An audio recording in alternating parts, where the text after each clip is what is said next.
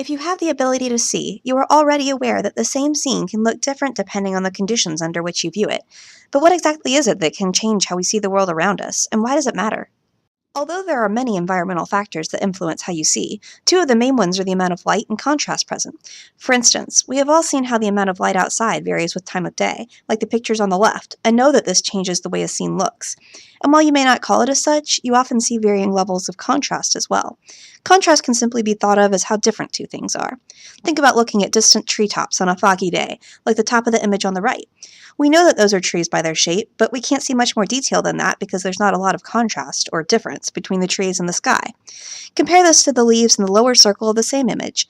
These have a much higher contrast, and we can therefore see details like their texture and color variations that are not as readily apparent at low contrast levels. So why does the amount of light or contrast affect the way something looks? In short, it's because it actually affects the way the eye processes it. Although vision relies on all sorts of structures from your eye all the way to your brain, the first place it's processed is your retina, a piece of tissue in the back of your eye. The retina detects all sorts of differences in what you're seeing, including these kinds of differences in the amount of light and contrast.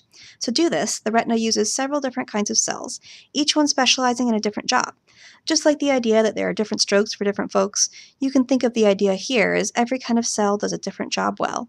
When these different cells do their jobs as they should, the result is that the light of the image you're seeing turns into a neural signal, a process that creates an electrical signal across the retina, which is then conducted through the eye. We can record this signal at the front of the eye.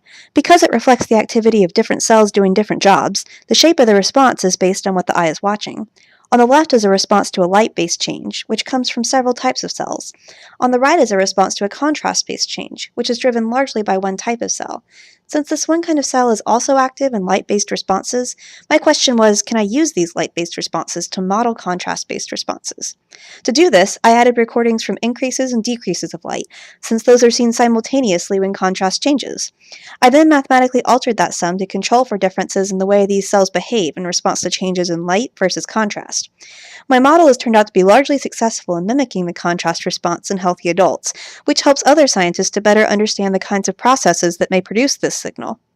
I plan to one day test this model in patients with retinal diseases, which target these cells that respond to contrast.